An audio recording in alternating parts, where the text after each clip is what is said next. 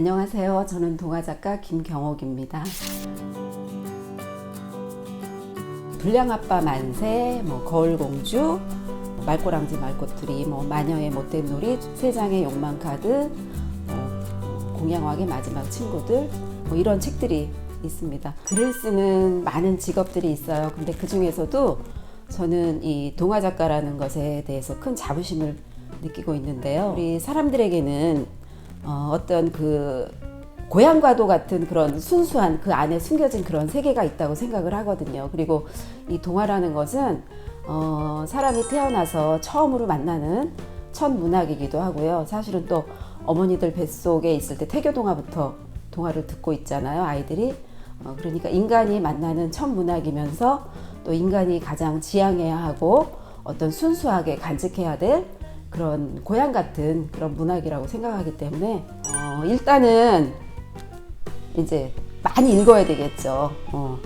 그리고 그 읽는 것은 바로 이제 작가의 나라로 들어갈 수 있는 어떤 입북 증명사나 마찬가지라고 하거든요. 그리고 또 작가라면 또 관찰력이 좀 있어야 돼요. 그 사람의 깊은 어떤 내면을 바라볼 줄 아는 그런 눈이라든지, 그리고 또 제가 중요하게 여기는 거는 무엇보다도 즐겁게 쓸 수 있는 게, 쓰는 작업은 사실은 힘들어요. 하지만 힘들어도 쓰고 났을 때 희열을 느끼는 분들은 가능성이 있다라고 생각을 되고요.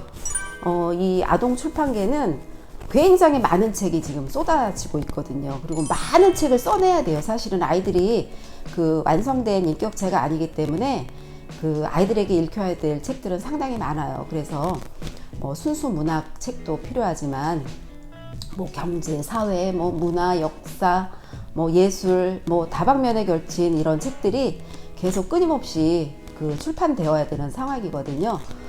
그래서 유명한 작가도 책을 내지만 이제 막 그 등단을 한 신인들도 내가 이제 첫 책을 내기는 참 힘들다고 얘기를 했잖아요. 그런데 이제 그 과정이 이루어지고 난 뒤부터는 얼마든지 내가 책을 낼 수 있는 그런 환경들이 잘 이렇게 이루어졌다고 저는 생각을 하거든요. 아직은 우리나라는 제도권 안에 있기 때문에 등단이라는 절차가 반드시 필요해요. 그런데 그 등단할 수 있는 절차는 상당히 많아요. 신춘문예부터 대형 출판사의 어떤 문학 공모전, 그리고 지자체 어떤 기관, 그리고 문예지 등등 해서 굉장히 많거든요. 또 상금이 걸려 있는 공모도 이제 상당히 많이 있거든요, 요즘은. 그리고 이제 또 어떤 분들은 그래요. 꼭 등단을 해야만 책을 낼 수 있냐. 요새는 자기가 내고 싶으면 낼 수도 있는 환경이 많이 펼쳐져 있기는 해요. 그런데 그래도 내가 책을 낸다는 거는 누군가 독자가 있어야 되는 거잖아요. 내가 쓴 책을 누군가가 읽어주고 이러기 위해서는 출판사와 이렇게 이제 연결이 돼서 정당한 대가를 받고 책을 내야 되는데요. 사실 출판사라는 곳은 많은 원고가 계속 쌓여 있는 곳이거든요. 그리고 출판사에서 그 책을 내는 일을 하시는 편집자분들은 그 쌓여 있는 많은 원고를 이제 계속 읽어야 되는 분들이에요. 그렇기 때문에 이 어떤 작가로서의 검증이 한번 이루어진 분들의 글을 더 신뢰하고 선호할 수밖에 없어요. 우리 그 주부들이 요리를 할 때도 일단은 이제 재료가 있어야 뭔가가 만들어지잖아요. 그래서 저는 이제 계속 글감을 찾는 연습을 굉장히 많이 시켜요.